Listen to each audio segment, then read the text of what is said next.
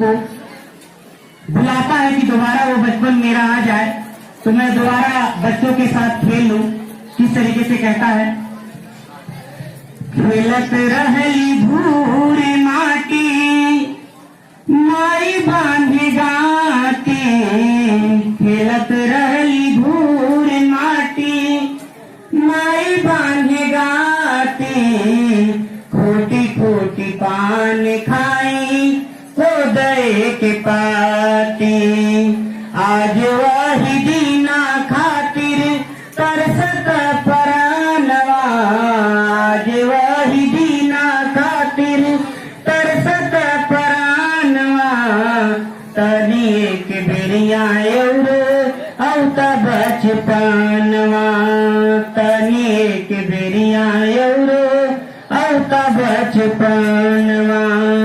लड़िकन के संग खेली चकई भंवरवा, लड़िकन के संग खेली चकई भंवरवा, माई खियावे चंदा मामा के गिन गिन कंवरवा, अंगना में दूध भात दे और चानवा, तनी एक बेरिया एवरो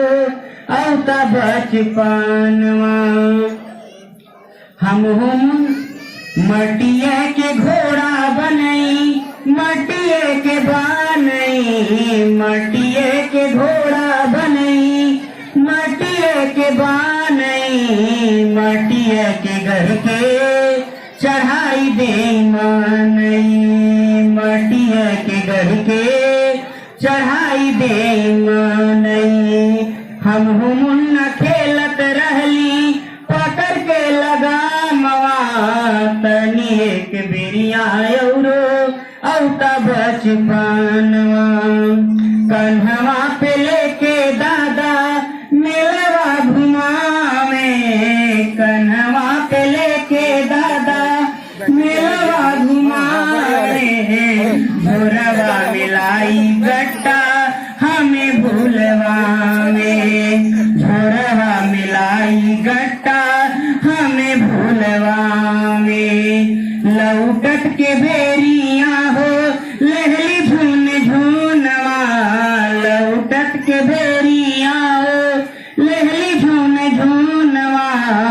तनी एक बेरिया